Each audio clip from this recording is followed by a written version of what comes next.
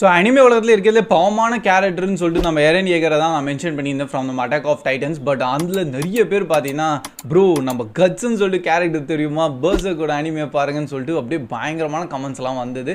And அதுக்கப்புறம் actually நானும் note பண்ணி வச்சுருந்தேன், ஓகே நம்ம இதை பார்க்கலான்னு. ஆனால் பார்த்ததுக்கப்புறம் தெரியுது என்னையா அவ்வளோ டார்க்கஸ்டான ஒரு ஸ்டோரியை ஏன் எடுக்கிறீங்க. ஸோ இது ஃபுல்லாகவே பார்த்தீங்கன்னா ஒரு மிடிவில் வார் பீரியட் அந்த மாதிரி தான் இருக்கும். கிங்ஸ்லாம் இருப்பாங்க, நம்ம ஹீரோ வந்து பார்த்தீங்கன்னா ஒரு வாரியராக இருப்பார். பட் சடனாக பார்த்தீங்கன்னா ஒரு டார்க்கர் டோனோட டீமன்ஸ் அப்படி இப்படின்னு சொல்லி உள்ள மிக்ஸ் ஆயிரும்.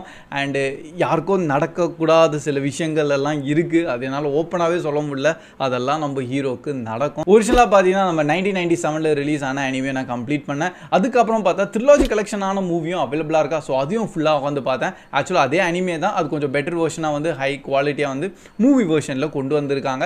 அண்ட் இதுக்கப்புறம் தான் 2016 தனியாக இதோட கண்டினியூஷன் ஆட்டம் ஒன்று ஆரம்பிச்சிருக்காங்க.